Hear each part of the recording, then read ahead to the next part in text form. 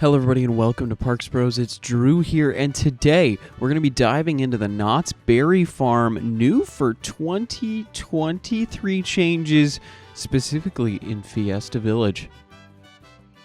If you saw our last Knott's Berry Farm video, you'd know that the park was teasing brand new changes to the entire area of Fiesta Village, and of course, MonteZOOma's Revenge, the famous shuttle coaster at the park, ceased operations early this year in order to make way for some crazy renovations for 2023. So we already knew that there were going to be changes to MonteZOOma's Revenge, at least in a revamp, but the entirety of Fiesta Village is getting redone for next year. Before we dive into the announcement and concept videos, I do want to acknowledge these are concept videos, so real life might look a little different than what we see here. But let's start with the land before heading to MonteZOOma's Revenge, now going to be called a different name. As we can see though with this video of Fiesta Village, as we walk in through the lake entrance, there are tons of changes already. Not to the layout of the land, but the design and architecture work behind the buildings.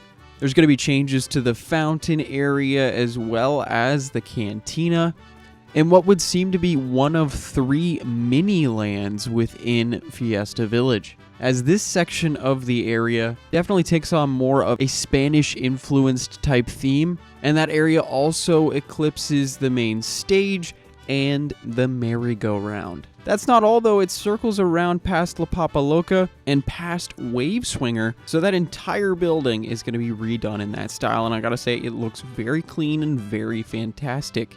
Now, the most exciting of the 3 areas to me is this region that encompasses most of the rides in this land. It includes La Revolucion, Hat Dance, Dragon Swing, and Wave Swinger, as there is ton of gorgeous tile work into the ground, as well as some fantastical statues that just bring some much needed color and life into Fiesta Village. All of this area looks absolutely brilliant to me and is really such a step up from what the land is currently.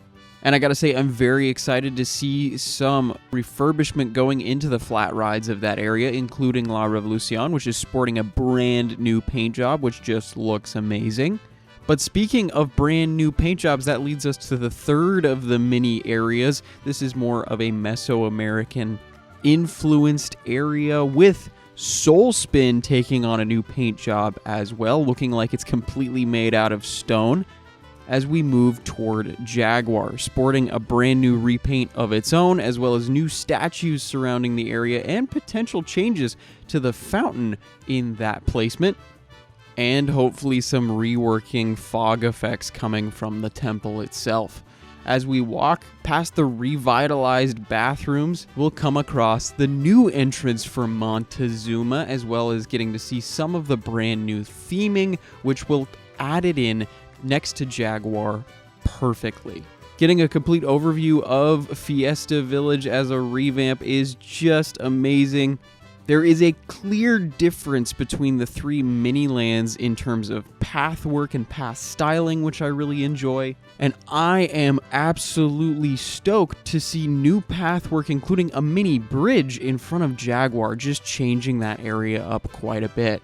Fiesta Village to me currently is one of my least favorite areas of Knott's Berry Farm. I'm not going to lie on that.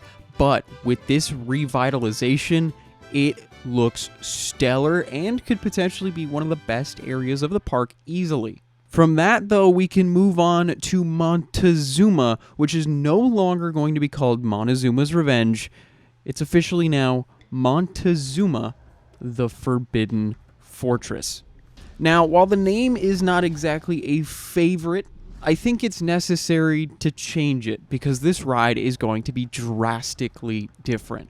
First of all, some fantastic theming looks to be coming its way, as we get an incredible look at what the entry and exit tunnel of the station might look like, as well as a great look at the trains. This new look MonteZOOma is mirroring the theme of Jaguar incredibly well, with some beautiful designs all over what looks to be the new station, as well as those new trains, especially if there are lighting effects on both. I can't wait to see if those come into fruition. But as we're looking at the trains, I did want to mention there are now different restraints in different trains entirely, so that is definitely going to be a different experience, as it touts an over-the-shoulder lap bar with a comfort collar type of restraint.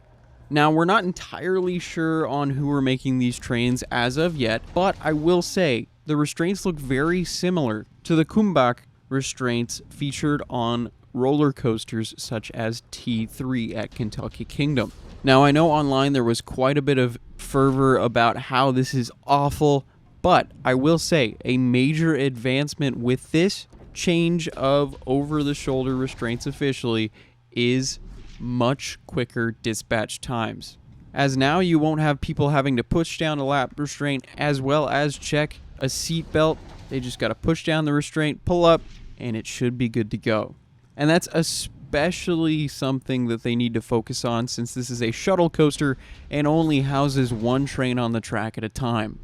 And I would even argue that it's more important now than ever, as MonteZOOma is going to be featuring randomized launch sequences. That's right, you might not start this ride going forward, you might end up going backwards and forwards and maybe even backwards again. We're not entirely sure. We just know they've officially stated there are randomated launches. So I think everybody's going to have to ride MonteZOOma the Forbidden Fortress multiple times to get every single different experience on the ride. And I gotta say, that is one of the most exciting things to me.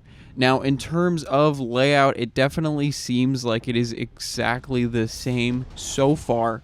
As we head back to that area overview video, you can see the vertical loop is back in place with brand new track, as well as the spikes seeming exactly the same. And at least in this concept video, the exterior structure of the station being near the same as well. With all that said, though, I'm super excited to see what Fiesta Village is going to turn out to be like next year in 2023. Let me know what your thoughts are down in the comments below on anything and everything in this video. I would absolutely adore to know your thoughts. And of course, if you haven't yet, make sure to subscribe. We're going to have updates coming out for these changes and more at Knott's Berry Farm in the future. And if you haven't checked out our brand new road trip series, make sure to do so with the link in the top right corner right now. With all that said, though, I hope you enjoyed. And of course, until next time, we'll see you on the next ride.